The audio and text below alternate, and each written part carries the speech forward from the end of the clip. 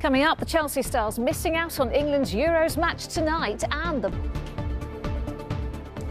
tonight she should still be alive. Good evening. To her fans, she was the funny, charismatic star of Big Brother, but behind closed doors, Nikki Graham was struggling to cope with anorexia. During lockdown, the illness she had for decades got worse. By the time she was taken to hospital in April after a fall, her weight was dangerously low. Nikki was discharged and sent home, where she died the following day. An investigation has started there. Carly and Leon, who knew Nikki so well, have never spoken publicly about how hard they tried to help their friend or how badly they feel she was failed by an underfunded, overstretched system. A warning that some of the details in Chloe Keady's special report are distressing.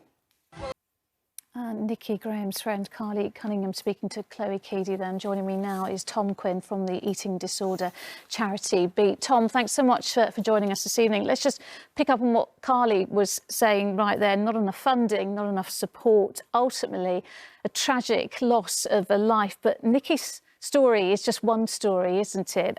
How many people are coming to you and saying the same thing that Nikki's friends are saying, that there isn't enough support there? I want to talk to you about this added impact of lockdown and why it's seen such an impact, really, and such an increase in cases. You know, what is it about that we heard the Health and Social Care Committee highlight today? You know, it puts particular pressure on people with eating disorders. Why is that? Of course, Tom, I want to get this question because it's really important. You know, the very nature of this illness, it is incredibly personal, it's very complex, and it's a very private issue for so many. If there are people watching tonight who are affected by it, or people who have friends or family members, where do they go? Where is their first port of call? Where can they get help? Great that. If anyone you know has been affected by the issues in Chloe's report, there are links to support on our website. Just head over to itv.com/London. Moving on, it is the news Chelsea and England fans did not want to hear. Mason Mount and Ben Chilwell are out of tonight's Euros match. Both are self-isolating. And it's not only tonight. If England don't win, then they'll definitely miss the first knockout game as well. Martin Stew reports. Well, Martin, that police presence may have to be stepped up further in the coming weeks. Love it or hate it, the Tube remains one of the few places in the capital where you can't get signal on your phone, but that is about to change. London will get full 4G coverage in all Tube stations by the end of 2024. Our political correspondent Simon Harris reports.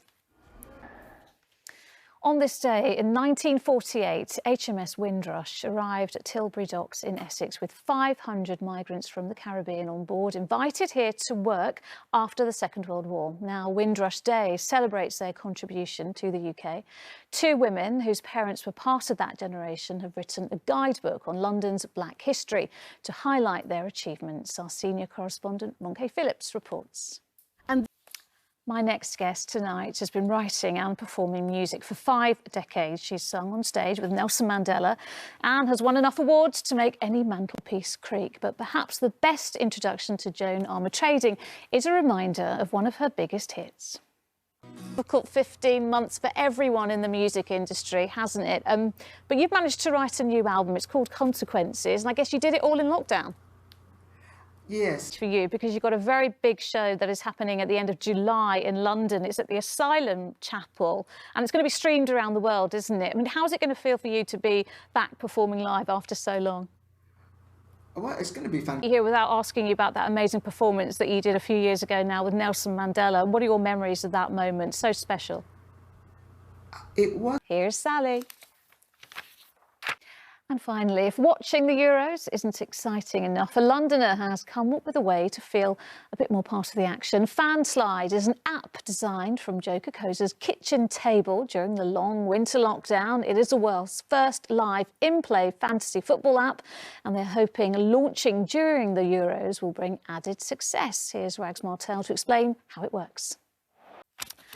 I can just about cope with the excitement of the real thing. Talking of which, we are back with the latest after the football at a later time of 11 p.m. Coming up, Mary with the ITV Evening News, but from me and the rest of the London team. Bye-bye.